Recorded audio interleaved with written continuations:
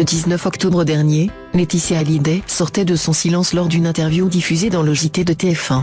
Entretien que David Hallyday et Laura Smet ont évidemment visionné et qui ne leur a pas du tout plu. C'est une famille plus déchirée que jamais. Et l'interview de Laetitia Hallyday n'a pas arrangé les choses. Ce vendredi 19 octobre, jour de la sortie de l'album posthume de Johnny Hallyday, Laetitia Hallyday était l'invitée exceptionnelle de JT de TF1, dont Anne-Claire Coudray en a dévoilé les coulisses.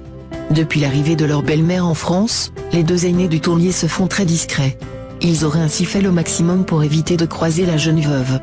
Plus solidaires que jamais, c'est ensemble qu'ils ont quitté le territoire français pour se réfugier à New York. Le frère et la sœur ne voulaient surtout pas être en France au moment de la sortie de l'album posthume de leur père, assure ici Paris.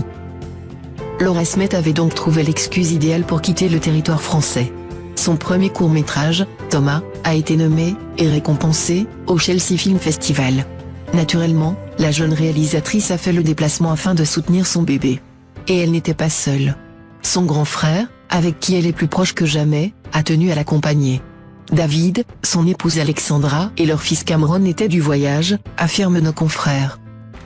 Jusqu'au jour tant redouté, la première prise de parole publique de Laetitia Hallyday dans les médias depuis avril. Lors de l'entretien, si elle n'a évoqué qu'à demi-mot la bataille judiciaire qui les oppose, la mère de Jade et Joy n'a pas été tendre envers ses beaux enfants. Elle leur a notamment reproché d'avoir totalement abandonné leur petite sœur. De quoi agacer les enfants biologiques de Johnny Hallyday.